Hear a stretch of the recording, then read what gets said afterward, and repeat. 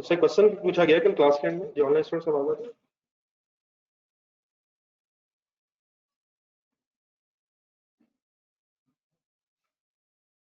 Online students मेरी आवाज आ रही नहीं? दिल मान रहा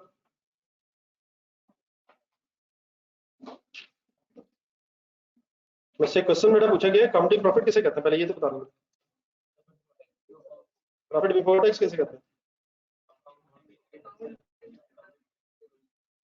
अकाउंटिंग स्टैंडर्ड्स की बेस पे प्रॉफिट होता है।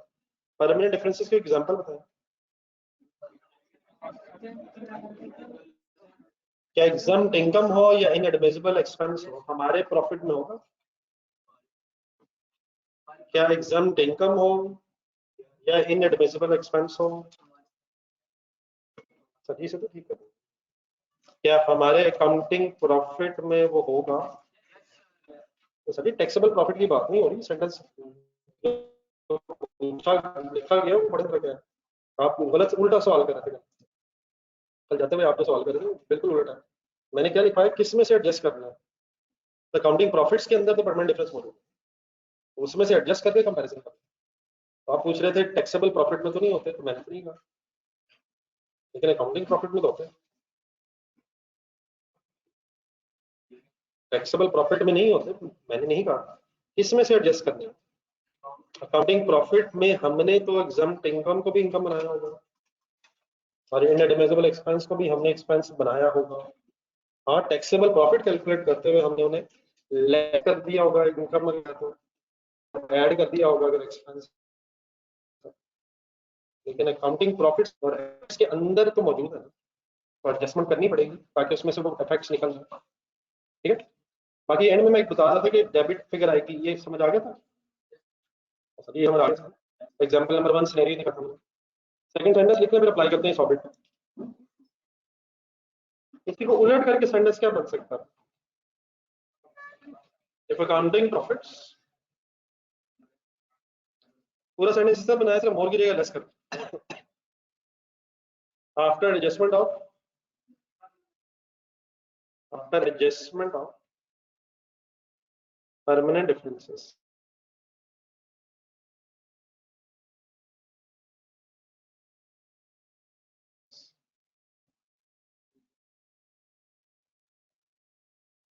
आर मोर देन या लेस देन, किससे? Taxable profits. it will result into it will result into deferred tax। हाँ ये जरा सही करने, deferred tax एसेट लायबिलिटी नहीं निकलना यहाँ से, deferred tax एक्सपेंस ही निकलना है। लेकिन अब वो deferred tax एक्सपेंस की क्रेडिट फिगर निकलेगी। हमें कैसे पता चलेगा कि अगर एक्सपेंस की क्रेडिट फिगर निकल आई है तो डेबिट क्या होना, वो मैं बताऊंगा। लेकिन पहले निकलेगा क्या? एक्सपेंस की क्रेडिट फिगर कब निकलेगी और डेबिट कब निकलेगी?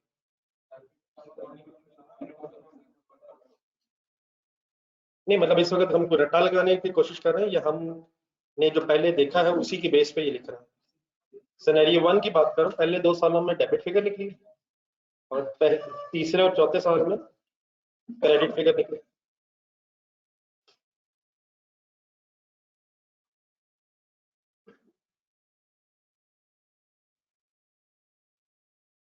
तो तरीका सर इस तरह से और सब फाइनल सुनेगा तो, अगर एक्सपेंस की डेबिट फिगर निकलेगी तो डबल एंट्री दो तरह से बैलेंस हो सकती है, या तो एसेट क्रेडिट हो रहा होगा और या लायबिलिटी क्रेडिट हो रही होगी। एसेट क्रेडिट का मतलब क्या होता है? या तो एसेट कम हो रहा होगा या लायबिलिटी बढ़ रही होगी। और अगर एक्सपेंस की क्रेडिट फिगर निकली है तो डेबिट होना है कुछ, या क्या डेबिट हो रहा होगा या क्या डेबिट होगा, या एसेट डेबिट होके बढ़ रहा होगा और या लायबिलिटी डेबिट होके कम हो रही होगी। तो पहले क्या निकलेगा? एक्सपेंस का डेबिट या क्रेडिट इफेक्ट, और फिर ऑपोजिट साइड पे क्या होना है वो हम क्वेश्चन देख के डिसीजन लिया, वो मैं अभी फाइनल बताता हूँ क्वेश्चन देख के कैसे डिसीजन लिया। इट मींस यहाँ से होना अगर कभी हमें इनकम स्टेटमेंट अप्रोच से वर्किंग करनी है तो we have to compare accounting profits with the taxable profits और उसकी डिस्कशन करनी है। लेकिन कौन से अकाउंटिंग प्रॉफिट्स लेने हैं जिसमें परमानेंट डिफरेंस की एडजस्टमेंट हो गई हो। आइए अब ये सारी स्टोरी आप अपने हॉबिट लिमिटेड वाले क्वेश्चन पर अप्लाई करवाएं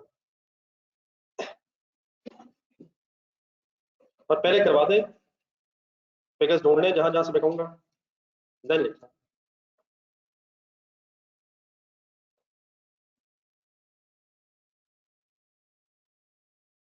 क्वेश्चन की बजाय इसका जरूरत नहीं है, अपनी करंट टैक्स की वर्किंग देखें, आता जाता महसूस हो, आते जाते जरा महसूस। अकाउंटिंग प्रॉफिट बता दें कितना,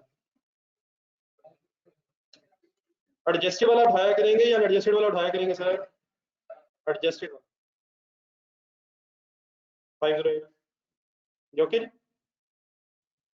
देन सर अब करना क्या है, अब पॉइंट्स पड़ेगा क्या लिखा। अब इस प्रॉफिट के अंदर क्या एग्जम्प्ट इनकम और इनएडमिसिबल एक्सपेंसेस मौजूद है, तो उनका इफेक्ट आप कैंसिल कर, फिर डिफरेंस लें। तो नेक्स्ट फिर क्या होगा, हम लिखा करेंगे एक heading, adjustment of permanent differences.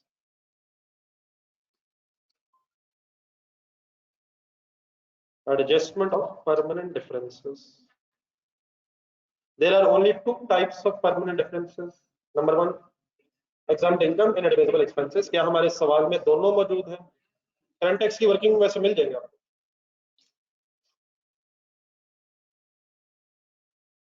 Sir जी पहले देखना है क्या करी जा रहा है, ये मैंने मिटा देना, क्या मैंने लिखते ही मिटा देना, यही मैंने ऐसा मेरा कोई इरादा नहीं। और मैंने डिफरेंसेस ढूंढने करंट टैक्स की वर्किंग में को मिलते हैं सर, किस किस नाम से मिलता है? डेबिट इनकम हमारे सवाल में एग्जाम थी और फाइन इस सवाल में हमारे इनएडमिसिबल थे। इनकी अमाउंट्स लिखवाएं, 30,000 एंड 9,000। दोबारा सोच लें, तसल्ली से देख लें, 5,08,000 को देखें गौर से, क्या इस 5,08,000 में 30,000 की डिविडेंड इनकम ऐड हुई भी है? सभी ऐड हुई भी है और 9,000 पहले लेस हुआ है। अब इनका इफेक्ट कैंसिल कैसे करूं? इनकम का क्या करूं, लेस कर दिया मैंने। एक्सपेंसेस का क्या करूं, ऐड कर दिया मैंने। एक्सपेंस ऐड क्यों किया, क्यों ऐड लेस कर रहा हूं, ताकि किस में से किसका इफेक्ट कैंसिल हो जाए, अकाउंटिंग प्रॉफिट में से परमानेंट डिफरेंसेस का इफेक्ट कैंसिल हो जाए। पहले कैलकुलेटर उठाएं, फिगर बताएं,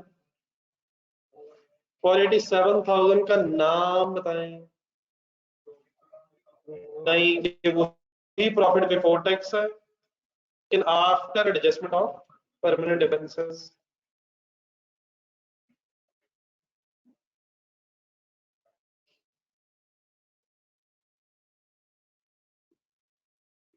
तो अगर आपने इनकम स्टेटमेंट अप्रोच से वर्किंग करनी है तो क्या करेंगे, अकाउंटिंग प्रॉफिट उठाएंगे, फिर क्या उठाएंगे, परमानेंट डिफरेंसेस को कैंसिल कैसे करेंगे, एग्जम्प्ट इनकम्स को लेस क्यों करेंगे, पहले ऐड है, और इनएडमिसिबल एक्सपेंसेस को ऐड बैक क्यों करेंगे, पहले लेस है। जब ये हो जाएगा तो फिर अब ऊपर सेंटेंसेस पढ़े जो लिखे आपने 1 2। अब कंपेयर किससे करना है, टैक्सेबल प्रॉफिट हमेशा आपको अपनी करंट टैक्स की वर्किंग के एंड में मिलेंगे। ढूंढने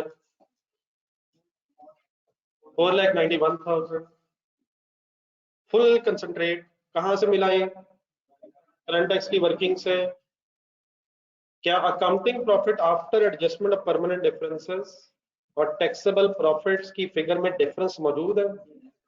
लेकिन क्या बेटा अब ये जो डिफरेंस मौजूद है ये सिर्फ और सिर्फ टेम्परेरी डिफरेंसेस की वजह से है या परमानेंट डिफरेंसेस की वजह से भी है? अगर मैं एज इट इज इसका डिफरेंस लेता 508 एंड 41 का, तो परमानेंट और टेम्परेरी डिफरेंसेस दोनों का इफेक्ट आ गया। प्रॉब्लम क्या है, करना क्या चाह रहे हैं हम डेफर्ड टैक्स कैलकुलेट करना चाह रहे हैं और डेफर्ड टैक्स के इन डिफरेंसेस पे है ही नहीं, तो देयरफॉर पहले उनकी एडजस्टमेंट करें फिर कंपैरिजन। लेकिन कंपैरिजन करते हुए जज्बाती ना हो, ये जो डिफरेंसेस आ गए हैं क्या यही डेफर्ड टैक्स भी है या डिफरेंसेस पे रेट से मल्टीप्लाई होते हैं? रेट ढूंढ दें, 30%, आंसर बताएं 1200। क्या है ये 1200? डेबिट एक्स एसेट है या लायबिलिटी? सर जी डेबिट एक्स एसेट है लायबिलिटी है? सर क्या है सर? ना ये लायबिलिटी निकलनी है ना ये एसेट निकलना है, ये debit x for the year निकलना है। लेकिन क्या ये डेबिट फिगर आई है डेबिट एक्स की या क्रेडिट फिगर आई है? ये अब हम पॉइंट नंबर 1 और 2 दोबारा गौर से पढ़ने लगे हैं। क्या किससे ज्यादा हो तो क्या होता है और क्या किससे कम हो तो क्या होता है?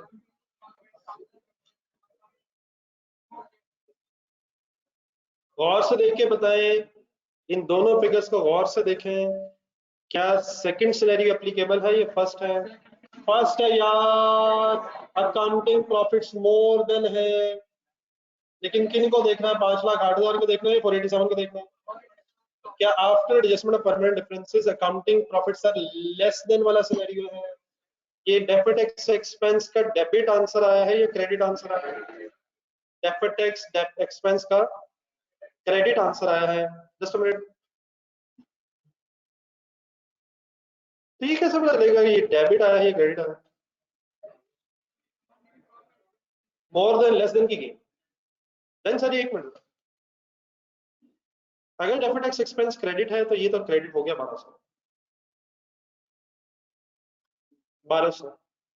सबसे पहले ये देख लें अपनी जरा इनकम स्टेटमेंट एक्सट्रैक्ट की फिगर देखें, क्या ये 1200 से 1200 से मैच हो रहा है? ये 1200 से 1200 से मैच हो रहा है सर। इसने किससे मैच होना था? फॉर द ईयर की फिगर से या क्लोजिंग बैलेंस से? तो ये मैच हो गया अल्हम्दुलिल्लाह। अब अगला सवाल सुने, अपना क्वेश्चन देखना जरा।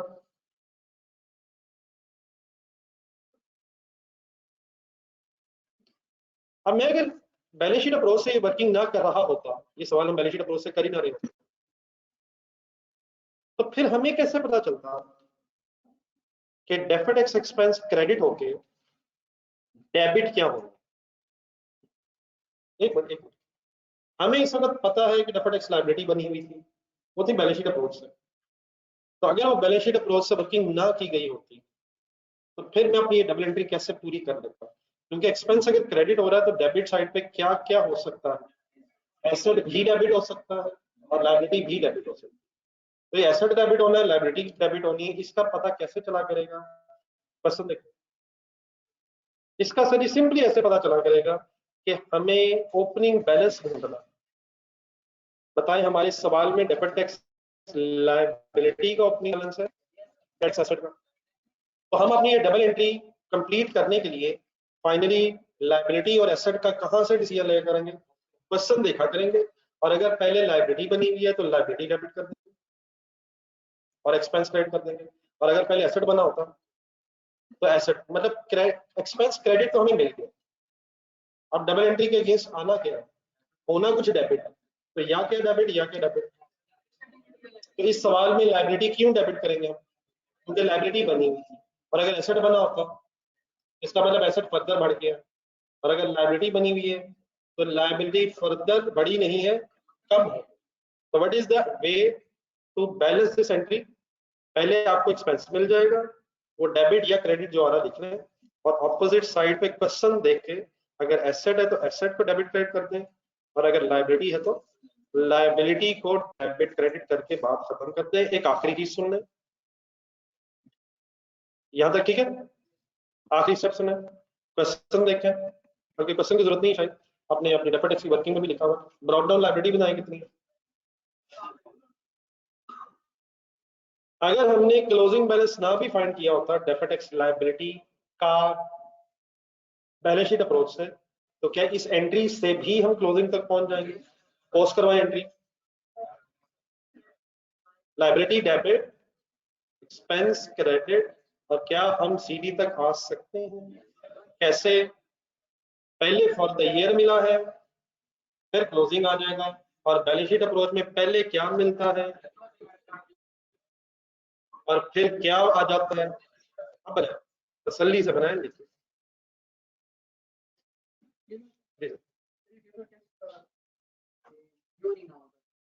सर अगर गिवन ना हो ढूंढते, पर ना करें इंशाल्लाह, गेम शुरू होगा।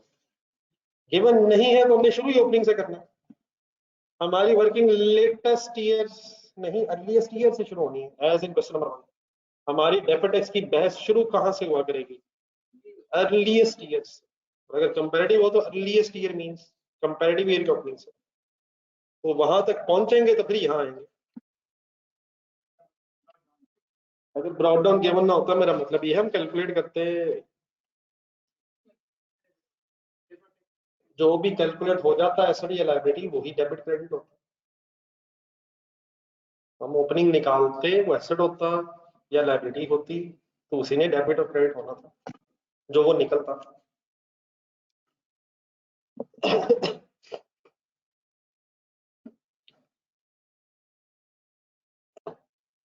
यंग स्टूडेंट्स बड़े क्लियर?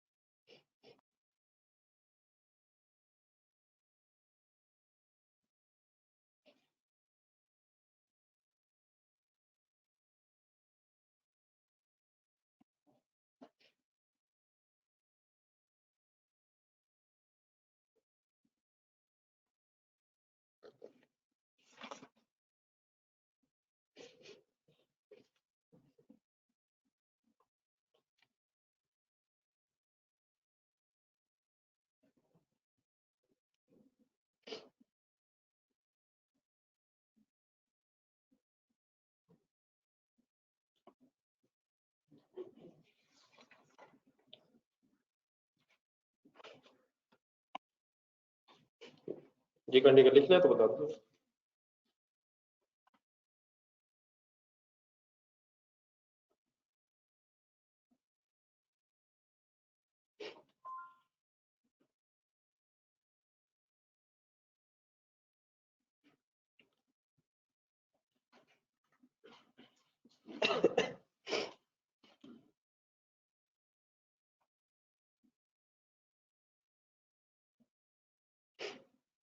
तो फाइनली ये कैसे पता चलेगा कि डेफर्ड टैक्स एक्सपेंस डेबिट मिला या क्रेडिट? नहीं, कंपेयर करके ये कैसे पता चलेगा कि डेबिट है या क्रेडिट? अगर अकाउंटिंग प्रॉफिट ज्यादा होंगे या कम होंगे, हमारे इस केस में क्या थे, लेकिन कौन सा अकाउंटिंग प्रॉफिट? जो एडजस्टमेंट परमानेंट डिफरेंसेस है। ठीक है यहाँ तक?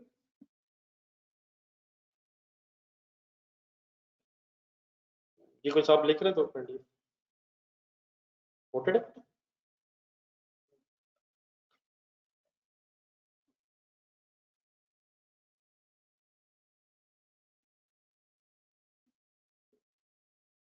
ये डेफिनेटली बेटा आफ्टर एडजस्टमेंट परमानेंट डिफरेंसेस।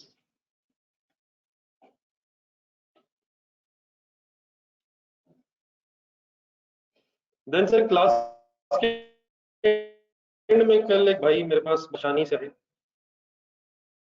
और उन्होंने एक ऐसी बात की जिसे मैंने अभी बताया। अपने इधर इनकम स्टेटमेंट एक्सट्रैक्ट्स पे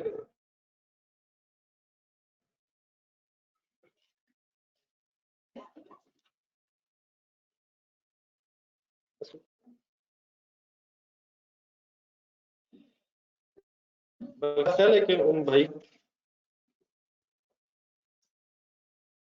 सोचा होगा शायद। अभी तक सभी उनके क्वेश्चंस करते रहे, सिनेरियोज बनाते रहे, बल्कि इससे अगले पहले क्वेश्चन नंबर 1 का आंसर निकाले। Galaxy Galaxy limited question number 1 इतना पीछे नहीं है। क्वेश्चन नंबर 1, क्वेश्चन नंबर 2 वगैरह तो होमवर्क वाले रजिस्टर पे शायद थी वहां। क्वेश्चन नंबर 1 मींस गैलेक्सी और किस साल की वर्किंग की है? 9 और 10। 9 का काउंटिंग प्रॉफिट बताएं। 9 का काउंटिंग प्रॉफिट या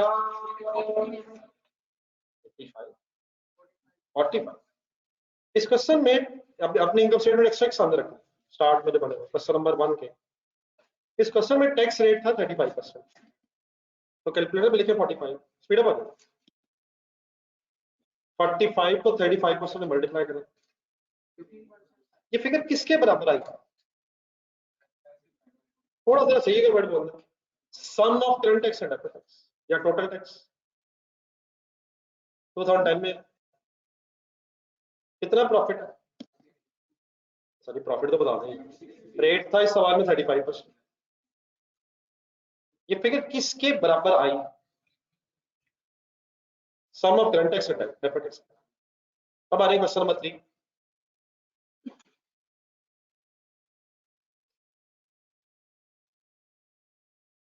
किया क्या जा रहा है किसी को पता है? मैंने 2 दफा क्या करवाया आपसे? मैंने आपसे क्या उठवाया है?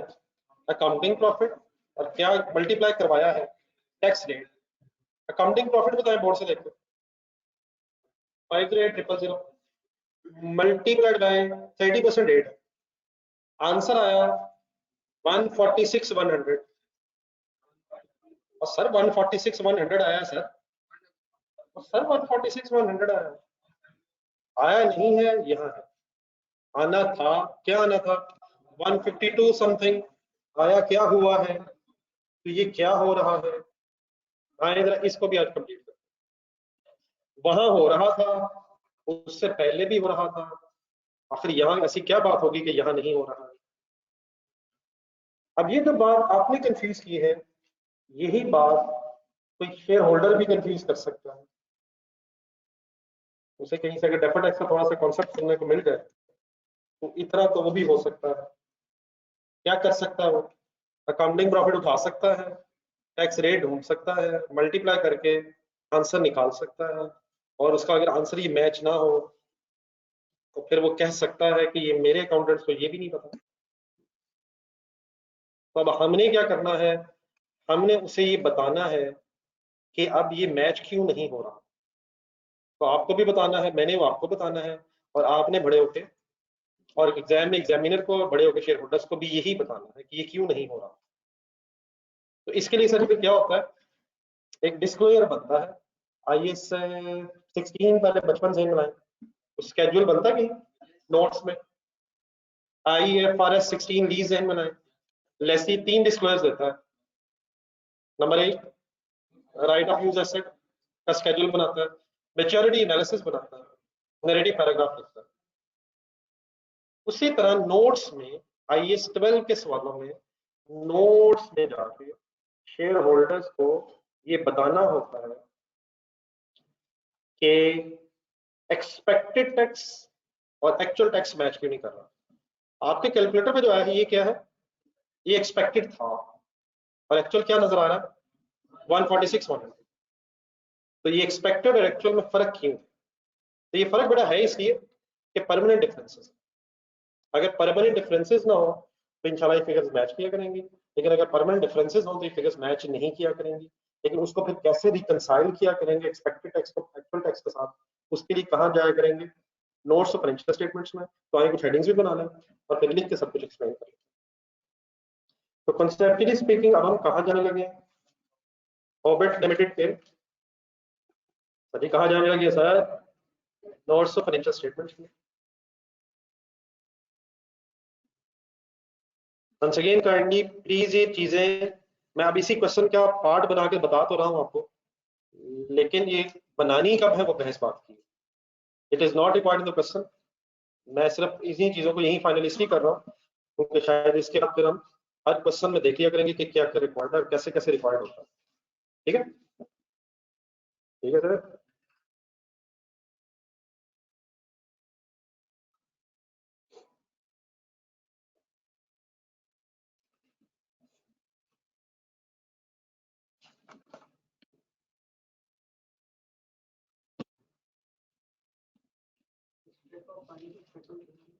नहीं नोट्स में हूँ मैं,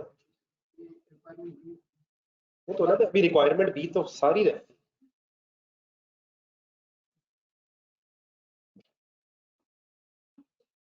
जी सर जी, जहां इतनी पेशेंस आप दिखाते हैं और पहले करवाते हैं, तो यहाँ भी पहले करवा दें फिर लिखिए, पहले वैसे भी करवाते हैं।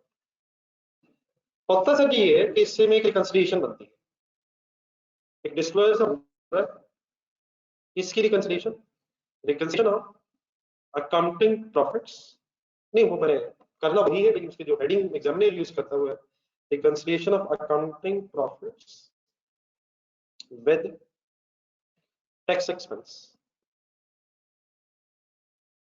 जो मैंने वर्ड बोले वो इंशाल्लाह भी इस रिकंसिलिएशन में आ जाएंगे, लेकिन उसका जो एग्जामिनर नाम रखता है वो क्या है, बोल देंगे सेंटेंस के। एक वर्ड अब बार बार हमारी इस डिस्कशन में आना है, टैक्स एक्सपेंस। तो टैक्स एक्सपेंस मींस होता है sum of current tax and deferred.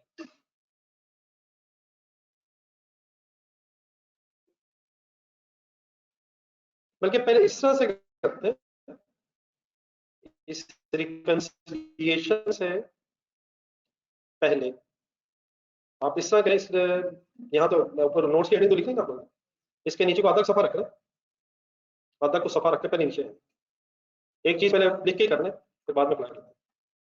एक हेडिंग देखिए, rule of tax expense.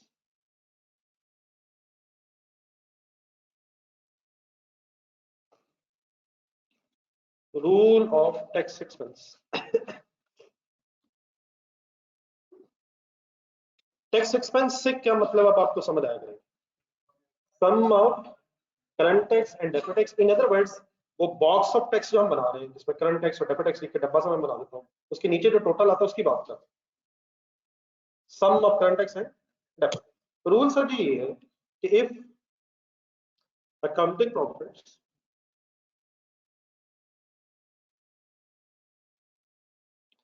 are multiplied by tax rate, then the resulting figure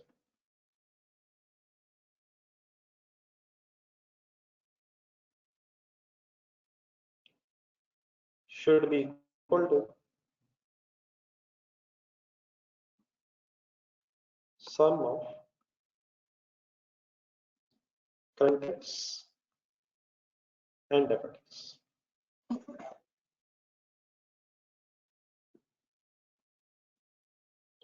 If accounting profits are multiplied by tax rate, then the resulting figure should be equal to the sum of current tax and deferred tax. In other words, equal to tax expense. ठीक है, ठीक है sir.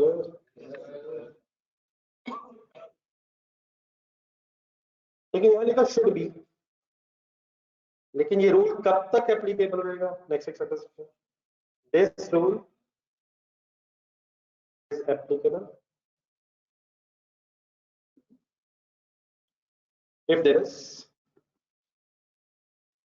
if there are no permanent differences,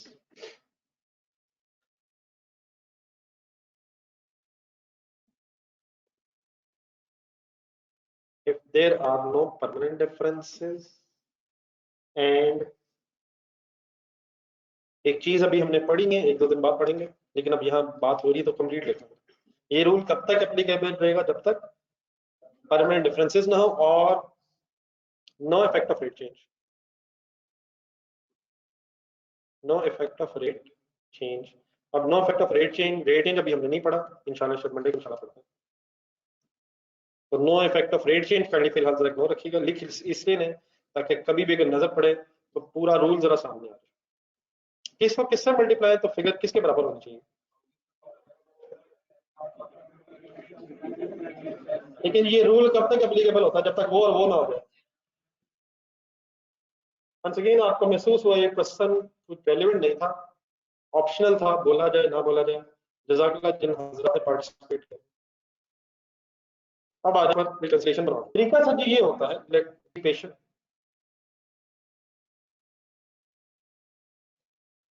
starting point हो जाएगा profit before tax, ढूंढने पड़े 508 then आपने उठाना है टैक्स रेट, कितना है हमारे सवाल में 30%। जब आप इस राउंडिंग प्रॉफिट को टैक्स रेट से मल्टीप्लाई कर देंगे तो आपका आंसर आएगा, दोबारा सॉल्व कर ले 152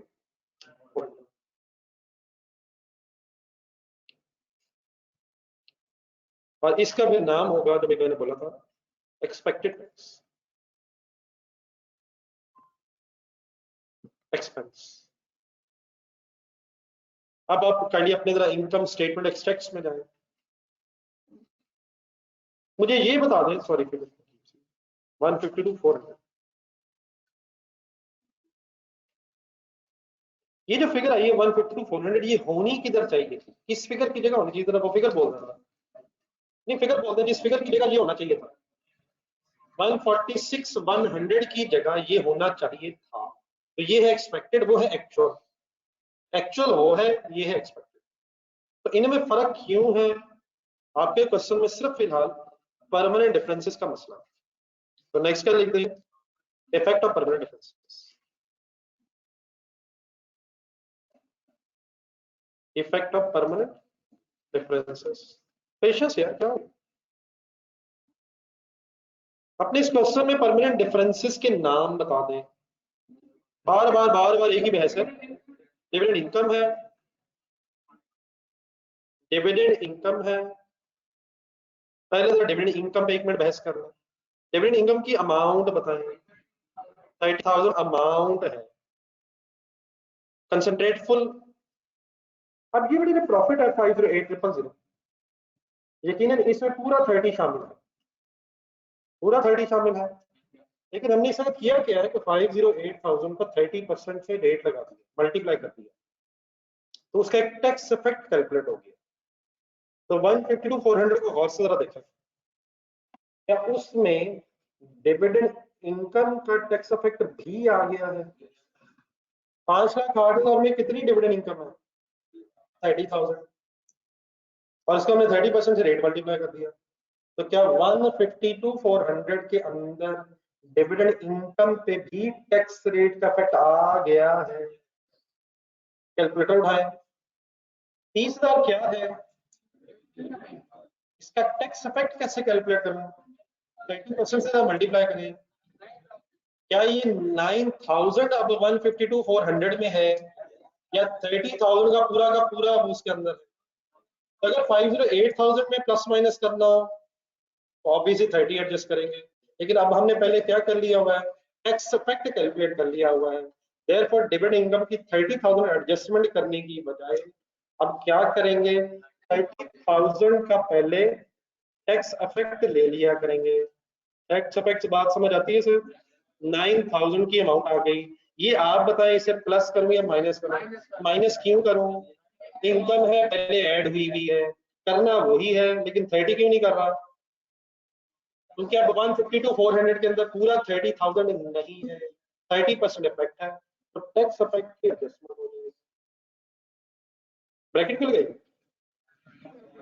ब्रैकेट के साथ वही है, पहले ऐड है, लेस होना चाहिए, एक आखिरी काम करना था, फाइन्स की अमाउंट ढूंढना है, 9,000 बिफोर टैक्स एडजस्टमेंट है, सॉरी बिफोर टैक्स एडजस्टमेंट है, 5,08,000 में तो पूरा लो है, लेकिन 30% जब आपने किया तो 152 400 में 9,000 इंटू 30% 2,700 का टैक्स इफेक्ट आ रहा होगा।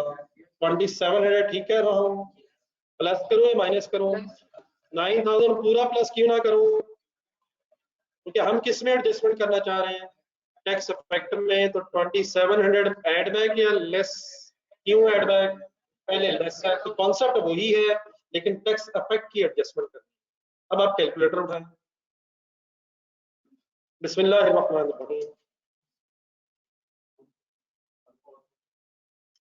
152 400 लिखें, 9,000 माइनस करते हैं, 2,700 प्लस करते हैं, क्या आंसर आया, किस चीज का आंसर आया,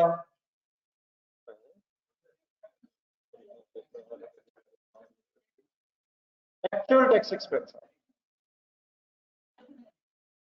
तो क्या ये अल्हम्दुलिल्लाह रब्बिल आलमीन मैच कर गया है? क्या चीज किससे मैच कर गई है? क्यों मैच नहीं कर रही थी? देखिए,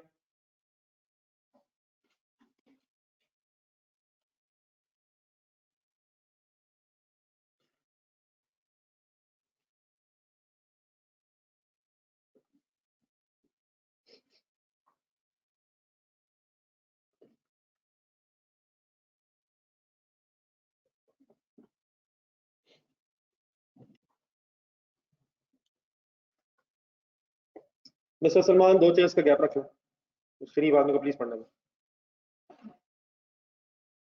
उससे कोताही हुई है, इंशाल्लाह आइंदा नहीं होगी सर, कि आपके साथ बैठ गए।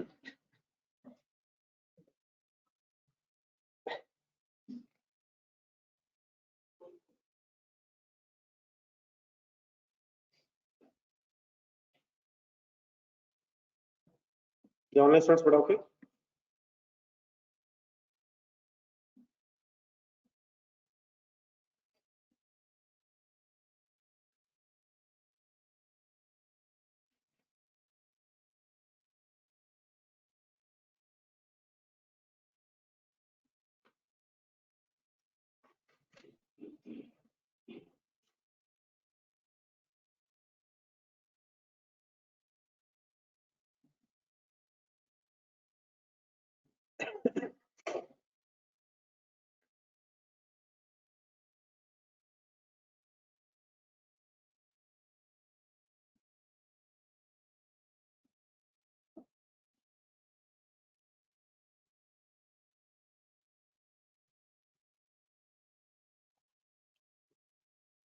ये मेरे से क्वेश्चन पूछा जा रहा बार बार, मैं अगर आप लोगों को इन्वॉल्व करना चाहता हूँ। एक भाई बार बार पूछ रहे हैं कि रेट चेंज वाली क्या बात हुई है, तो मुझे कोई बता सकता है रेट चेंज की क्या बात हुई है? सॉरी मैडम, मैं बताना भूल गया कि रेट चेंज की अभी बात नहीं हुई।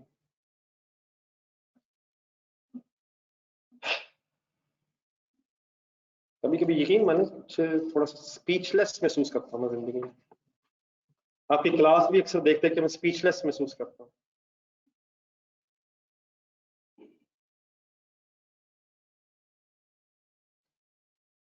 अक्सर आपके इर्द गिर्द कुछ लोग बैठे होते हैं, कुछ बात में कभी नहीं होते हैं। आपसे तो यकीनन डिस्कस करते होंगे कि आखिर क्या हो गया कि वो आज नहीं आए, कल नहीं मूड बना। आपको तो बताते होंगे वैसे। जी।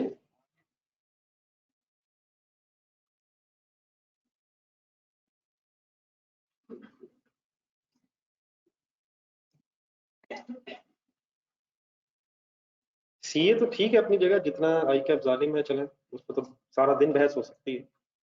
लेकिन कभी कभी अगर हम अपने आप की तरफ देखें और जो पढ़ाई के साथ हम करते हैं, वो कम जुल्म नहीं है सर। कब पढ़ लेंगे सर?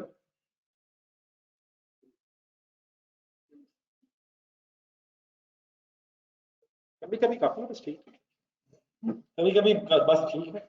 क्यों सर? एमी रोज जज्बाती रहते हैं आप, मैटर करते हैं सर। चलो मुझे तो आदत है, मैं तो वेला आदमी हूँ। जो लोग रोज आते हैं, आई मस्ट अप्रिशिएट इट। लगता है काफी फ्री है। तो कोई तो मतलब बात करता होगा साथ वाला कि यार मैं क्यों नहीं हूँ।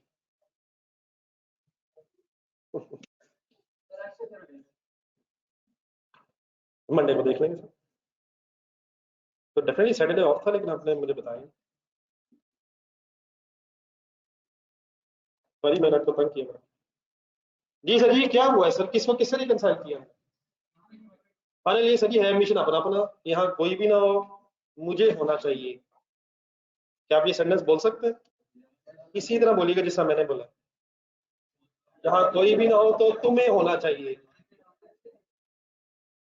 नहीं मुझे मतलब, और मतलब मुझे तो होना चाहिए क्योंकि पेपर मैंने लेना है। याद रहेगा सर कि मुझे होना चाहिए। क्या सारी क्लास खाली हो? वो ठीक है, फिर किसी को भी होना चाहिए। क्या एग्जाम हॉल में अपना अपना पेपर करना है सर? पक्की बात है सर। जी सर, ये जो रिकंसिलिएशन हमने बनाई है, इसमें ने क्या किया है, जरा हेडिंग पढ़ देंगे क्या किया।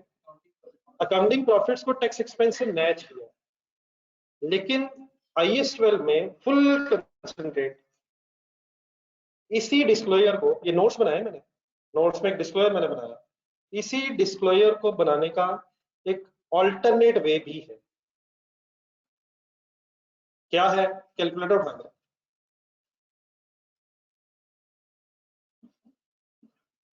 हमारा टैक्स रेट है कितना, फुल कंसंट्रेट के लिए का बिल्कुल सिंपल बात है, इसी से बन जाना होगी, कोई नई बात नहीं है, इसी से एक और तरीके से हो जाने का। हमारा टैक्स रेट है कितना, 30%।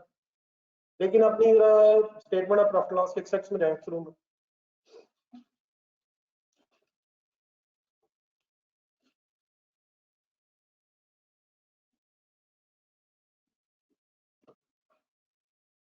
आपका एक्चुअल टैक्स एक्सपेंस कितना है, 146,100 कैलकुलेटर में लिखा है।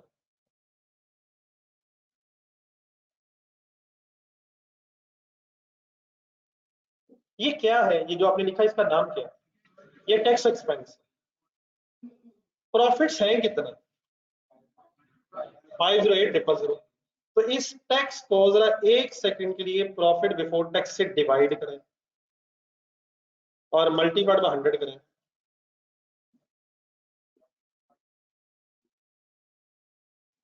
क्या आपको टैक्स 28.76% पे देना पड़ा है? What is the applicable tax rate? 30%. What is your actual tax rate? ये भी लफ्ज है, एक सेकंड के लिए बोर्ड से ढूंढ के 152,400 कैलकुलेटर पे लिखें। 152,400 क्या है ये, 152,400। इसको जरा डिवाइडेड बाय 5,08,000 करें, इंटू 100 करें।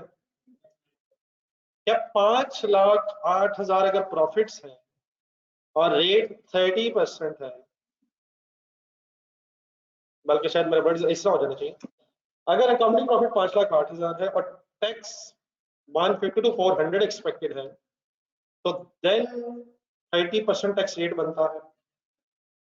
लेकिन क्या हमने 5,08,000 ही कमाया है? सर इतना ही कमाया सर, लेकिन हमारा एक्चुअल टैक्स बना कितना है? तो 146,100 दोबारा उठाए। मतलब इससे क्या करवा रहा हूं मैं, इससे क्या करवाया फिर आपसे, डिवाइड बाय क्या करवाया, डिवाइड बाय प्रॉफिट की हमने इनटू 100 की, इससे क्या आया हमारे पास, हमें इस रेट से प्रॉफिट पे टैक्स देना पड़ा। तो हमारा एप्लीकेबल टैक्स रेट 30% है, पर एक्चुअल टैक्स रेट 28.76 है। तो एक और रिकंसिलिएशन बनाने का तरीका ये होता है कि रेट्स को रिकंसाइल किया, ये 30% की बजाय 28.7% टैक्स रेट कैसे हो गया। परमानेंट डिफरेंस, गेम वही है वही है, लेकिन ये क्या है, अमाउंट्स की रिकंसिलिएशन है। अब मैं किस चीज की रिकंसिलिएशन बनाने लगा हूं, बनाए इसके नीचे खड़ी, tax rate reconciliation.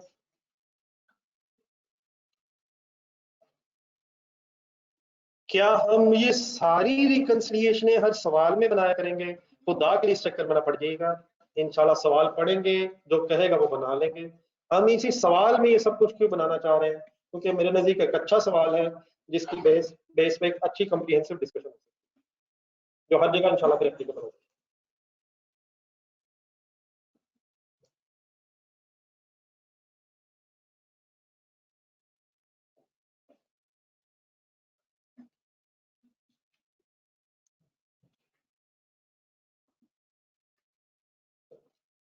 Once again patience, इसका स्टार्टिंग पॉइंट बड़ा इस तरह से हो जाएगा, एप्लीकेबल टैक्स रेट,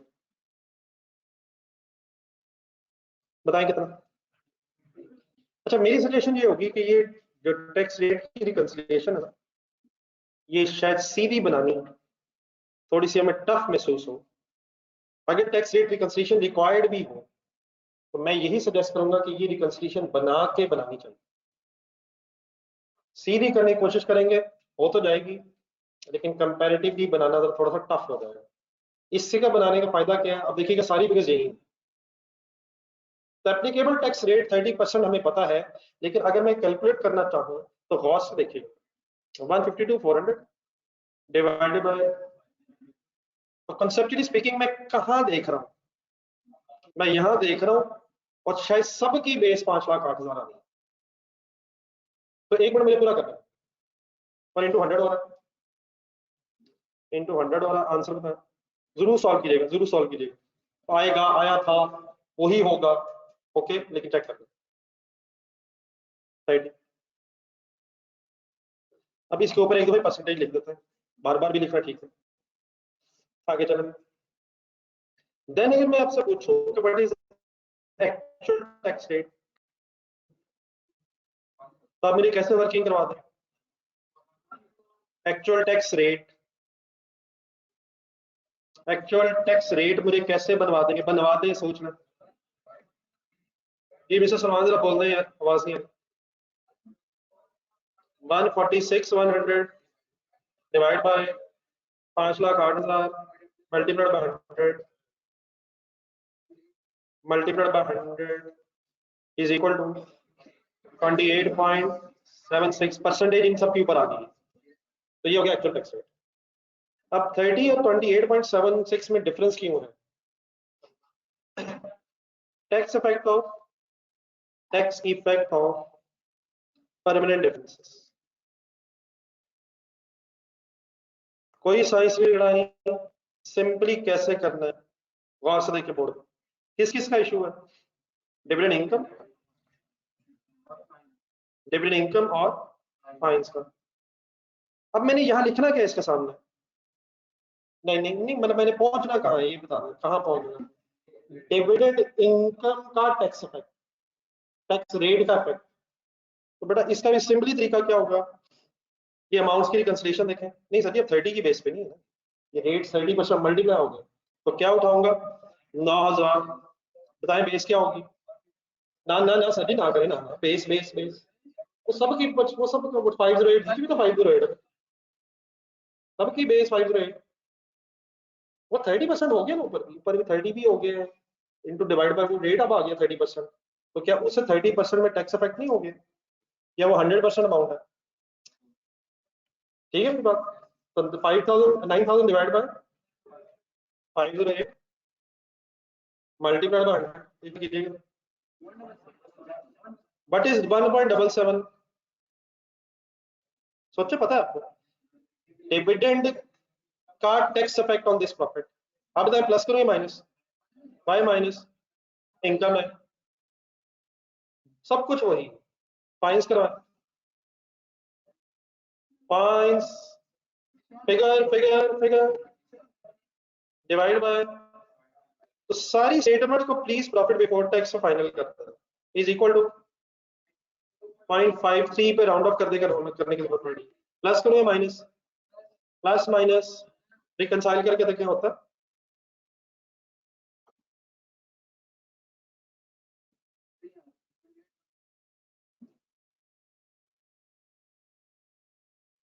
बात समझ आ रही सर क्या बना? तो प्लीज क्या सामने रख लें और किसको किस में कन्वर्ट कर दें, यही सारी रिकंसिलिएशन सामने रख लें और इन सब को प्रॉफिट बिफोर टैक्स की बेस पे परसेंटेजेस में कन्वर्ट करें। मेरी हर वर्किंग में देखना है डिवाइड बाय किससे कर रहा, किस किस को पूरा ढूंढना मुझे। एक्सपेक्टेड टैक्स को भी, डिविडेंड को भी, फाइन्स को भी और एक्चुअल को भी। बेस क्या है? अकाउंटिंग का। और इंटू 100 से परसेंटेज बनाए।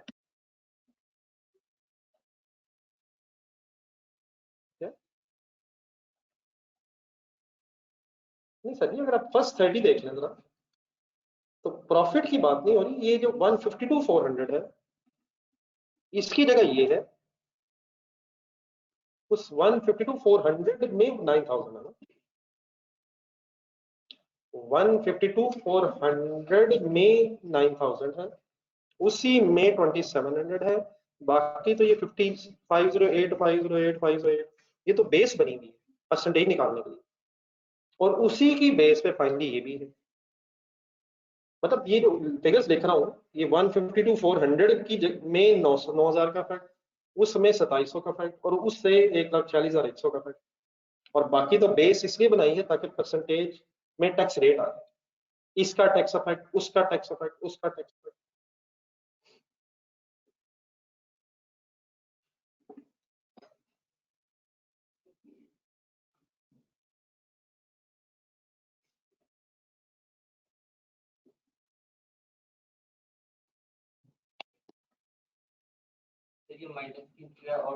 इनकम है माइनस होती है, पहले ऐड हुई है, एक्सपेंस है पहले लेस हुआ है इसलिए add, inadmissible expenses add back हो गए हैं और एग्जाम्प्ट इनकम्स लेस हो गए।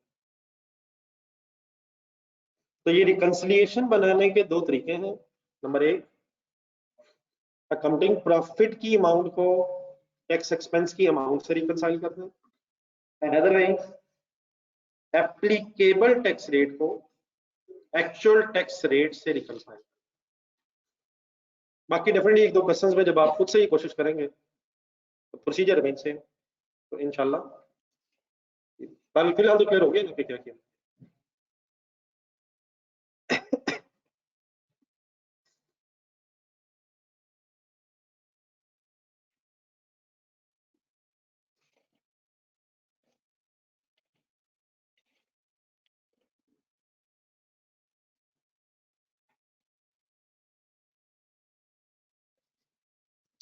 देन सर जी अल्हम्दुलिल्लाह हमारे पास टाइम बच गया, अल्लाह मदद करें मामा।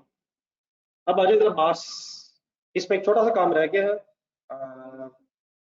नहीं, बैलेंस शीट तो आप घर से बनाएंगे, बैलेंस शीट के साथ लिखे होंगे, बैलेंस शीट विद कंपैरेटिव तो आप घर से बनाएंगे, क्योंकि कैरिंग अमाउंट्स जितनी हमने ली हैं क्या वही बैलेंस शीट में आनी है, टैक्स बेसिस भी तो आनी है, सिर्फ कैरिंग अमाउंट्स ने बैलेंस शीट में आना है, तो वो हम लिख चुके हैं, तो बी रिक्वायरमेंट का इशू नहीं है।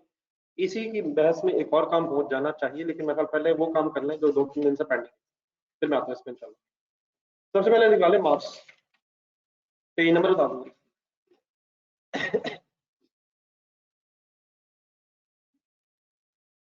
ये नोट कर रहे हैं, भी कर लें, मेंटल लॉ ये ऑनलाइन स्टूडेंट स्टडी बता दें, लिखिए।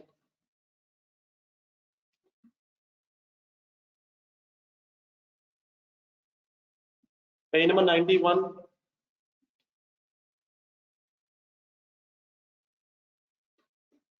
करंट टैक्स और डेफर्ड टैक्स की वर्किंग के अलावा पहले बता दें लीज थी वो रिवाइज हो गई है। 1 जुलाई 30 जून 30 जून एसेट की रिकॉर्डिंग में, पहले रेंटल की पेमेंट में, फाइनेंशियल चार्जेस की अक्रूवल में और डेप्रिसिएशन में कोई इशू?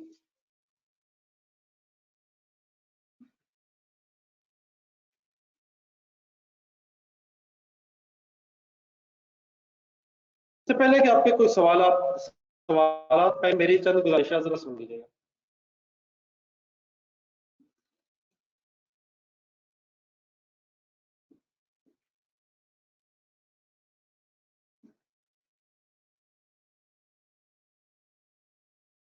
एटलीस्ट सबने टेबल बना लिया हुआ है?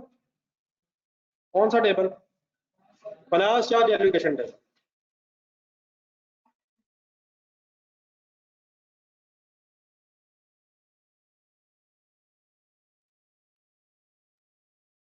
मुझे डाटा देके सिर्फ ये बता दें कि कौन कौन से ईयर एंड्स हैं।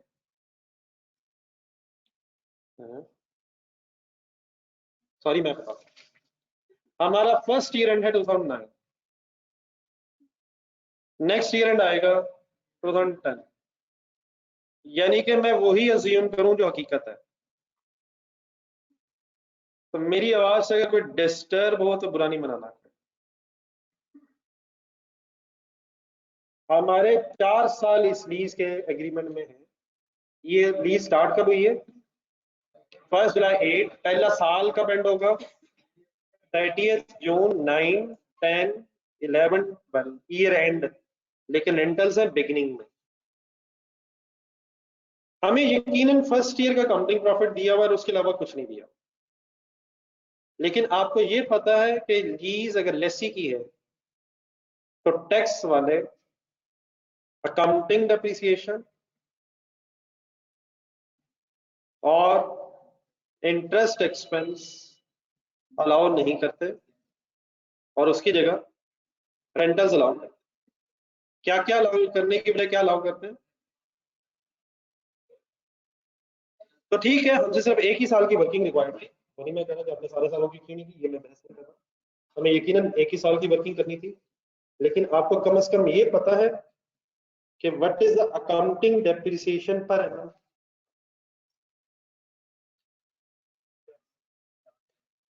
4 लाख पे कंफर्टेबल है सारे? 4 लाख, 4 लाख, 4 लाख और 4 लाख।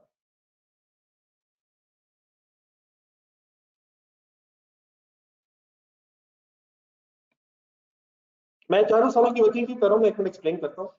लेकिन क्या depreciation per annum would remain same? Straight line method 4 साल में ये फुली डेप्रिशिएट हो जाएगा। अब आ जाइए, अगर फाइनेंस चार्ज एलोकेशन टेबल अपना बनाया हुआ तो ये सबसे बेस्ट है। बनाया हुआ किसी ने? किसी एक आदमी ने? लेकिन बोर्ड पे भी है। मुझे कोई सोच के बताइएगा, what are the financial charges of the year ended 2009? 30 जून 9 के फाइनेंशियल चार्जेस हैं। यस सर, यस सर, ये पे अगले साल होगा। ये किस साल का इंटरेस्ट है?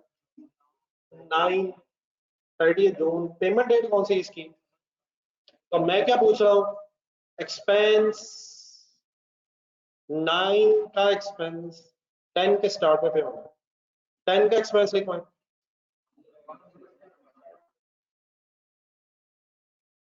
11 ईयर एंडेड का एक्सपेंस लिखवाएं। पे कब होना है लास्ट वन?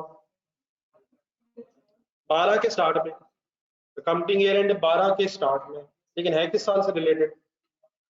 12 का इंटरेस्ट क्यों नहीं है? चौथा रेंटल एडवांस में पे होना। चौथा रेंटल एडवांस में पे होना। Any confusion? अब मुझे रेंटल्स लिखवाएं तो 9, 8, 10, सॉरी 9, 10, 11, 12 रेंटल्स। रेंटल्स किसे कहते हैं? किसे कहते हैं sir ji? Total amount.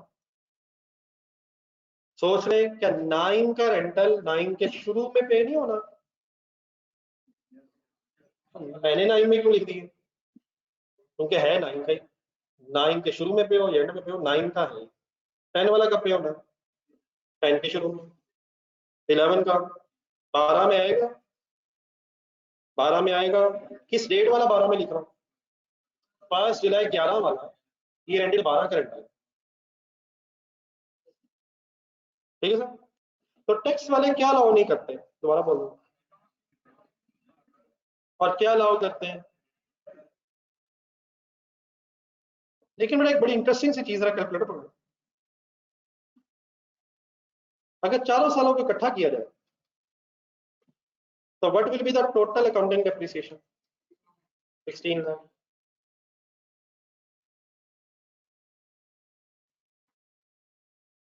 What will be the total interest? कीजिएगा टोटल।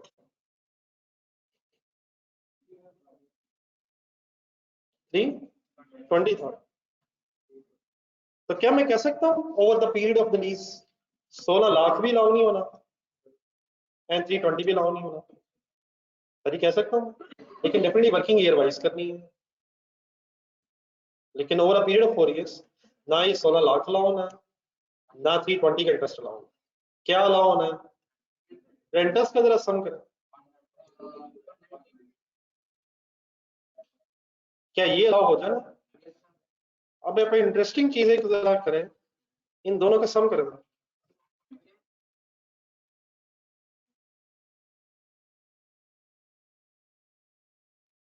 दोनों का सम किसके बराबर आ रहा है? क्या जो चीजें नहीं अलाउ होनी उनका सम और जो अलाउ होना है उसकी अमाउंट सेम है over a period of 4 years? लेकिन क्या ईयर वाइज फर्क है? ये बहस मैंने इसलिए इस वक्त की है कि क्या 2009 को अगर इंडिविजुअली देखा जाए तो डिफरेंस मौजूद है।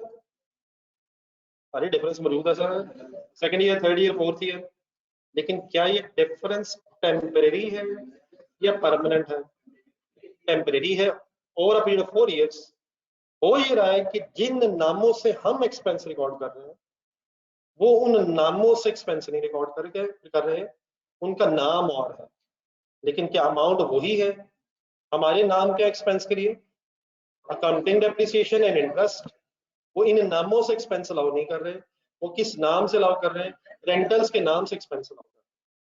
तो पहली चीज जो आपको याद रखने की जरूरत है दैट इज लीज में जो डिफरेंसेस हैं ये परमानेंट नहीं है, ये temporary differences in lease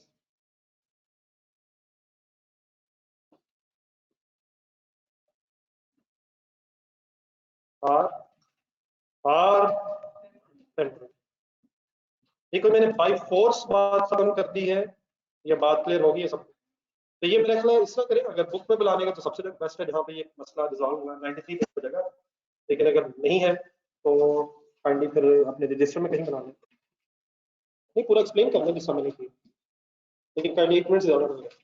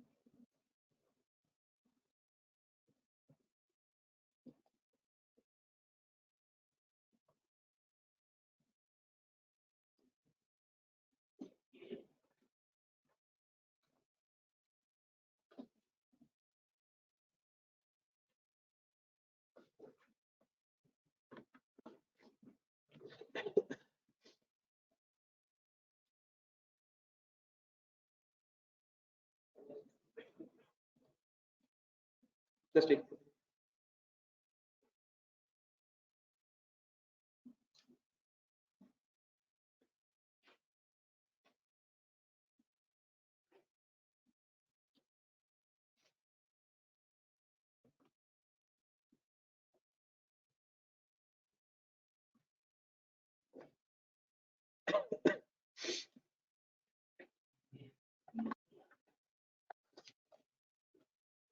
ji okay ji, please note कर लो।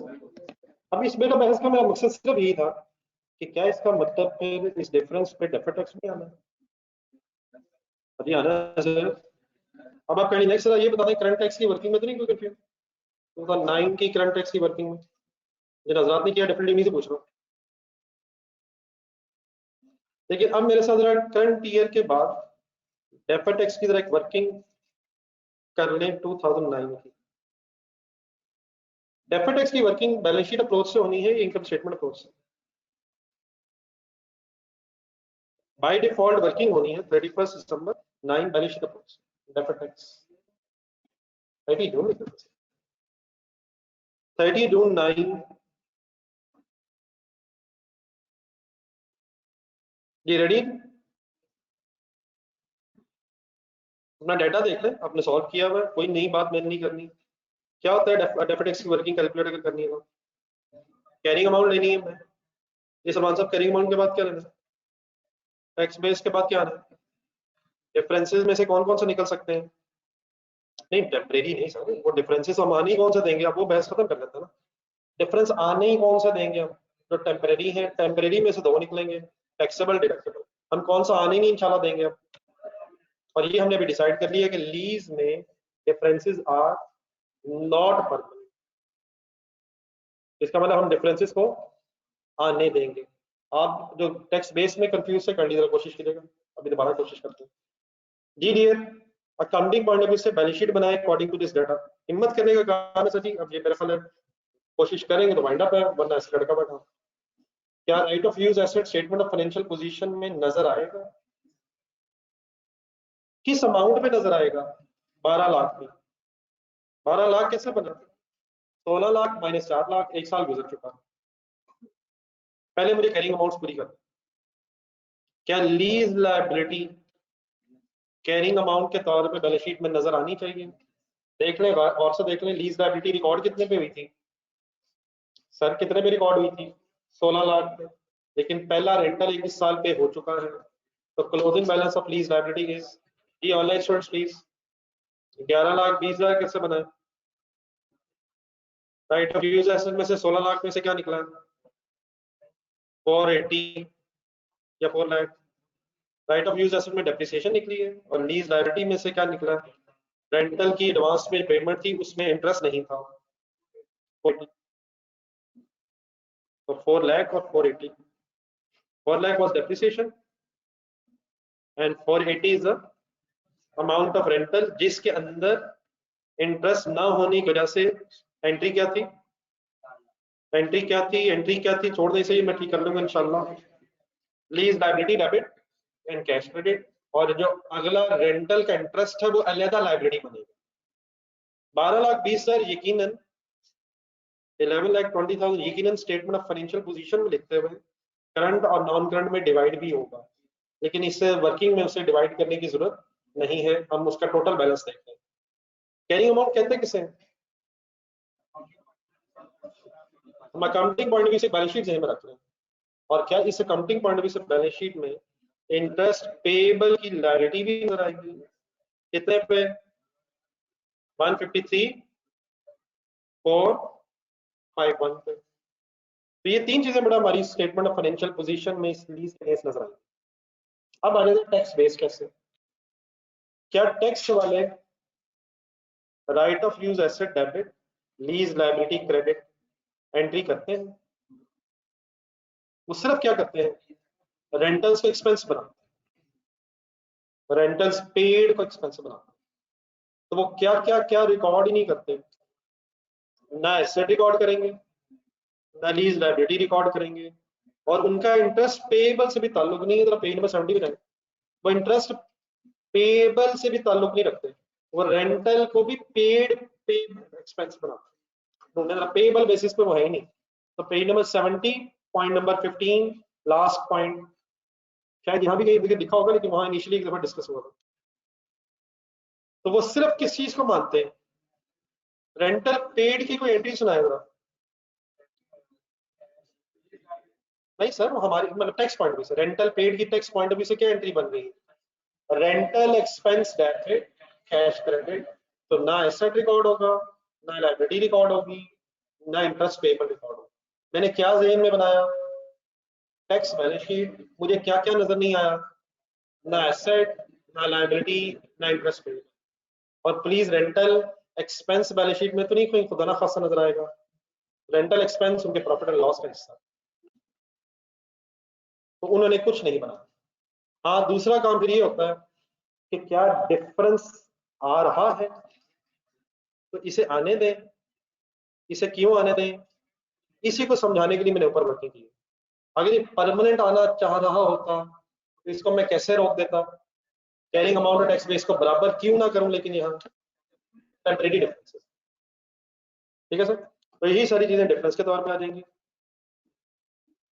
लेकिन अब आए ये टेम्परेरी डिफरेंसेस टैक्सेबल है या डिडक्टेबल है?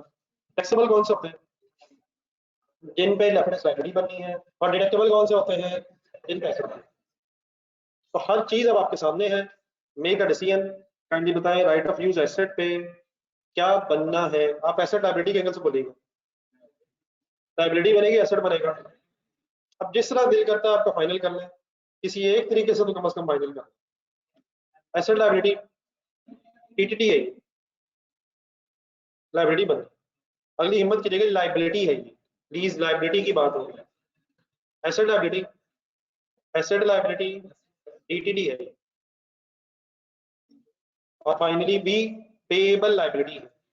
तो लायबिलिटी की कैरिंग अमाउंट अगर ज्यादा है, एसेट ही बनना है, टीटीडी।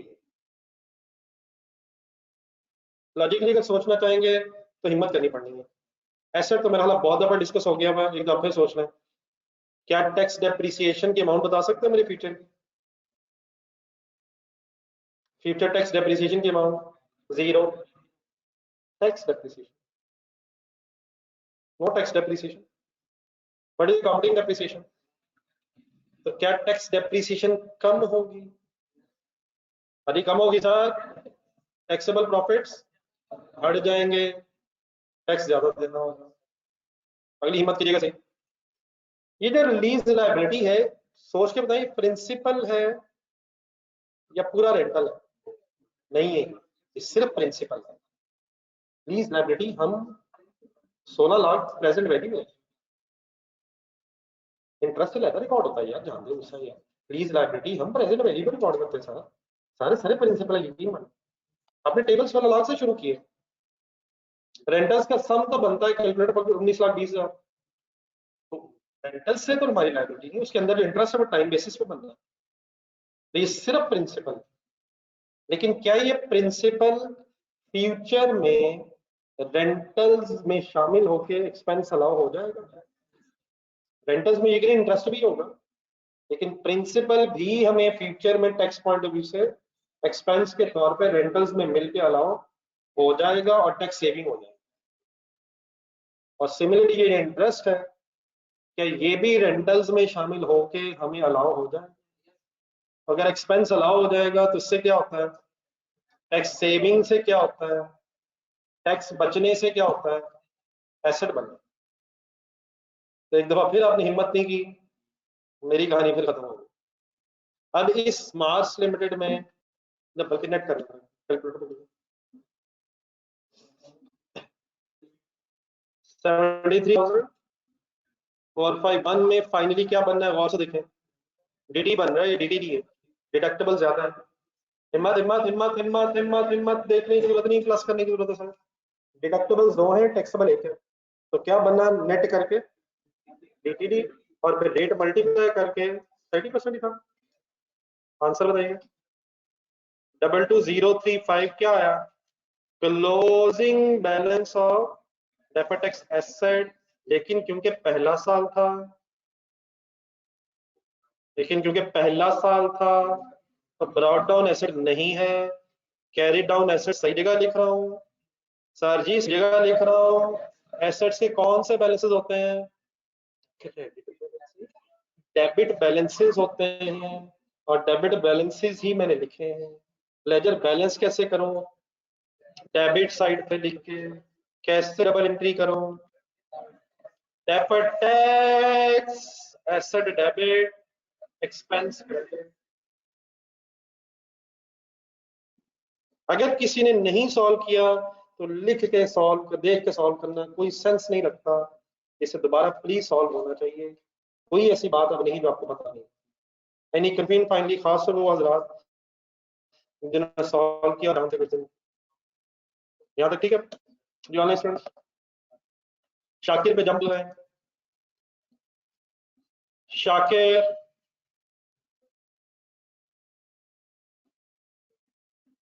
काश हमने पढ़ा होता। अल्लाह करे वैसे किसी के में ये भी ख्याल आया हो, तो खुदा ना खास ये ख्याल आया हो अल्हम्दुलिल्लाह हमने नहीं पढ़ा होगा। क्यों सलमान, काश आया या अल्हम्दुलिल्लाह? ये शाकिर के क्वेश्चन में मुझे आपने पहले ये बताना है कि उसमें करंट टैक्स में शाकिर का ऐसे लिख लिया था। मैं यहाँ से शुरू करता हूँ क्योंकि गेम यही खत्म हो जाएगी मेरे। शाकिर का एस हो गया था,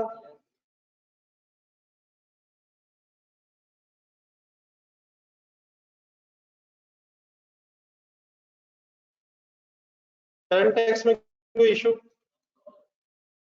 करंट टैक्स में नंबर 5 पड़ेगा, कैपिटल वर्क इन प्रोग्रेस। क्या करेंगे? नहीं, करंट टैक्स की वर्किंग में इस 2.3 का क्या करेंगे? प्लस कर देंगे, माइनस कर देंगे, ऐड क्या करेंगे? ऐड कुछ क्यों नहीं करेंगे? हमने कुछ नहीं किया इसका, हमने प्रॉफिट भी कुछ नहीं किया, हमने इसे कैपिटलाइज किया। टैक्स वाले क्या चाहते हैं? तो इसका सिर्फ क्या करेंगे, इसे लेस करके टैक्सेबल प्रॉफिट निकालेंगे। तो इसमें तो नहीं इशू। मैं डेफर्ड टैक्स पे टाइम लगाना चाह रहा हूँ।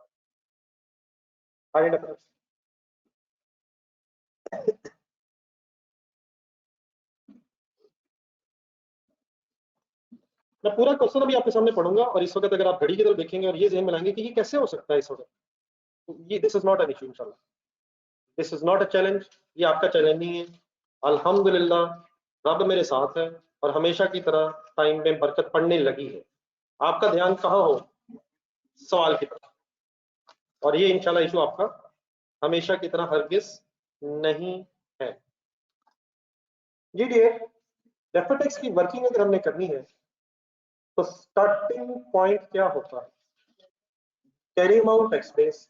मींस सर मुझे ये रेट बता दीजिएगा, डेफर्ड टैक्स में किस दिन कैलकुलेट करूंगा? Deferred tax as on 31st of December 2008। Just एक मिनट।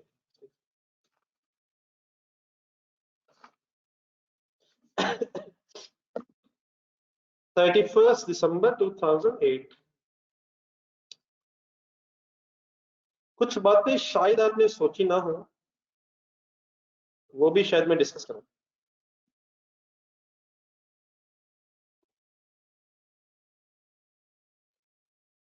जी सर जी, आपके सामने प्लीज क्वेश्चन है, पॉइंट नंबर 1 से शुरू करें। अब प्लीज आपने सॉरी सर पार्टिसिपेट क्वेश्चन रखनी है, आप कंफ्यूज हो पड़े तो अगर आप कोशिश करते हैं कि बात खत्म हो जाए। पॉइंट नंबर 1 पढ़ेगी सर। पेनल्टी की कैरिंग अमाउंट बताओ। ना करेंगे, ना करेंगे, बाहर के लिए पेड है। पेनल्टी की एंट्री मानो, पेनल्टी एक्सपेंस डेबिट कैश, तो एक्सपेंस की कैरिंग अमाउंट आ गई।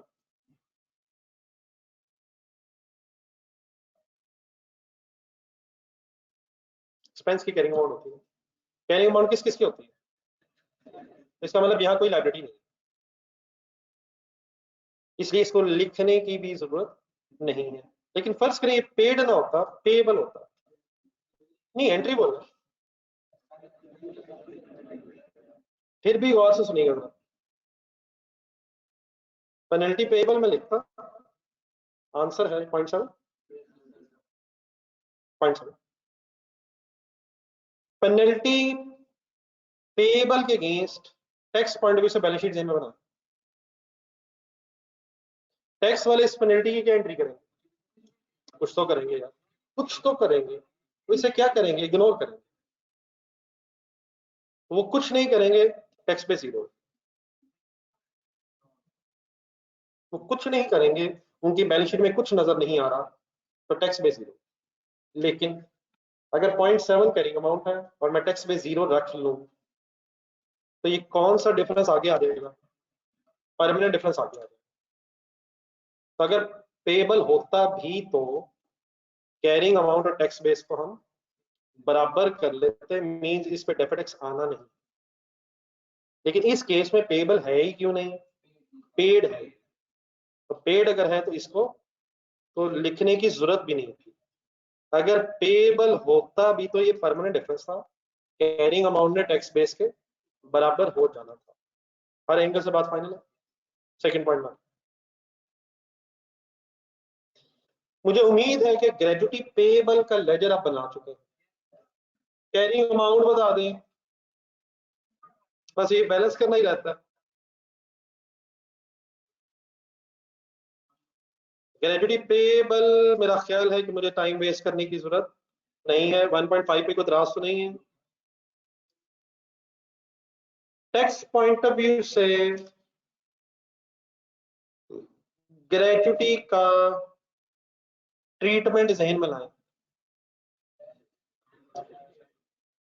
टैक्स वाले ग्रेजुटी एक्सपेंस अलाउ करते हैं, वैसे अलाउ करते हैं लेकिन पेमेंट बेसिस, तो उनकी हमेशा एंट्री क्या होगी, एक्सपेंस डेबिट कैश या बैंक क्रेडिट। तो क्या उधर पेबल आपको बैलेंस शीट में नजर आएगा? क्यों नजर नहीं आएगा? क्योंकि उनका पेबल से ताल्लुक ही नहीं है, वो तो कैश बेसिस पे काउंटिंग कर रहे हैं। तो क्या जीरो लिखूं? क्या मतलब जीरो? वो लायबिलिटी नहीं बनाते, लेकिन डिफरेंस आ जाना है। क्या आने दूं? क्योंकि भाईजान अलाउ हो जाना है, टेम्परेरी डिफरेंस है। हमने एक्सपेंस बना लिया है, वो पेमेंट बेसिस पे बना लेंगे, टेम्परेरी डिफरेंस है, टैक्सेबल है डिडक्टेबल है, कर दे हिम्मत देखी जाएगी। टैक्सेबल डिडक्टेबल फ्यूचर में अलाउ होना है, लायबिलिटी है, कैरिंग अमाउंट ज्यादा है, taxable deductible deductible temporary difference. Okay, अगली। अब तो 2 मिनट रह गए, नहीं 3 है। लीज लायबिलिटी की मैंने अभी बात की थी, देयरफॉर मैं इसकी बात नहीं कर रहा। इसकी कैरिंग अमाउंट, टैक्स बेसिस आपको अब पता है, और इंटरेस्ट पेएबल है नहीं, तो पढ़ेंगे तो आपको पता चल जाएगा, यहाँ नहीं है। सिमिलरली मैं ओन्ड एसेट्स की बात नहीं कर रहा। उठते उठते एक चीज ने आपको कंफ्यूज किया होगा, और शायद वो वाहिद आखिरी पॉइंट है, कैपिटल वर्क इन प्रोग्रेस। हिम्मत वाले जरा सिर्फ इतना सोच रहे हैं, अपने जेहन में अकाउंटिंग बैलेंस शीट बनाए। क्या हमारी अकाउंटिंग बैलेंस शीट में हमारे एसेट के अंदर ये 2.3 मिलियन मौजूद होगा? तो ये 2.3 मिलियन उस एसेट के अंदर मौजूद होने का मतलब ये कैरिंग अमाउंट है। अच्छा, ये पूरी कैरिंग अमाउंट नहीं है, मटेरियल भी लगेगा, लेबर भी लगेगी, ओवरहेड्स भी लगेंगे, उसकी इंफॉर्मेशन नहीं है। लेकिन up to the extent of this 2.3 million ये भी कैरिंग अमाउंट में होगा। अब आए टैक्स पॉइंट ऑफ व्यू से, क्या टैक्स पॉइंट ऑफ व्यू से ये भी एसेट में 2.3 होगा? वहां जीरो होगा। लेकिन जो सवाल असल में कंफ्यूज कर रहा है आपको ये है, क्या ये डिफरेंस टेम्परेरी है या परमानेंट है? उठते उठते सुन के उठेगा, क्या टैक्स वालों ने इस अमाउंट को एक्सपेंस बना लिया? सर जी बना लिया sir, interest on expense allow कर दिया है इस साल, उन्होंने कर दिया। पढ़े पॉइंट नंबर 5, क्या टैक्स पॉइंट ऑफ व्यू से एक्सपेंस है इस साल अलाउ हो गए? क्या टैक्स वालों ने इस साल एक्सपेंस अलाउ कर दिया है? Point number 5। हाँ, हमने ये इंटरेस्ट एक्सपेंस अभी नहीं बनाया, लेकिन क्या हम इस 2.3 मिलियन को फ्यूचर में डेप्रिसिएशन के नाम से अकाउंटिंग में एक्सपेंस बनाएंगे? हाँ, हमारे वर्ड्स का फर्क होगा। उनका नाम क्या है इस एक्सपेंस के अगेंस्ट? इंटरेस्ट। हम इसी 2.3 मिलियन को एक्सपेंस बनाएंगे तो सही, लेकिन किस नाम से अब नहीं बनाएंगे? क्या हम इस 2.3 मिलियन को भी फ्यूचर में डेप्रिशिएट करेंगे? यस। टोटल एसेट की जो कॉस्ट होगी अकाउंटिंग में, हम इस 2.3 मिलियन को भी अकाउंटिंग में डेप्रिशिएट करेंगे। टैक्स वाले भी इस डेप्रिसिएशन को 2.3 मिलियन पे अलाउ करेंगे। वो अलाउ क्यों नहीं करेंगे? उन्होंने तो अभी अलाउ कर दिए, उन्होंने अलाउ कर दिया है, हम एक्सपेंस बना लेंगे। डिफरेंस टेम्परेरी है या परमानेंट है? टेम्परेरी है या परमानेंट है? ये बात फर्दर अभी खत्म होनी चाहिए और है। आप इस तरह करेंगे, मैं बस दोबारा ये शुरू करता हूँ मंडे को। लेकिन अगर एक क्वेश्चन आप घर में पढ़ने की ख्वाहिश करना चाहें तो पढ़ नहीं सकेंगे, क्योंकि उसमें और चीजें भी हैं। आप लोग कल का टाइम निकाल के क्वेश्चन नंबर 3 खासतौर पर रिवाइज करेंगे। ये शाकिर मैं फाइनल करता हूँ परसों, अभी 15-20 मिनट शायद और चलें। अल्लाह हाफिज़, इंशाल्लाह मंडे को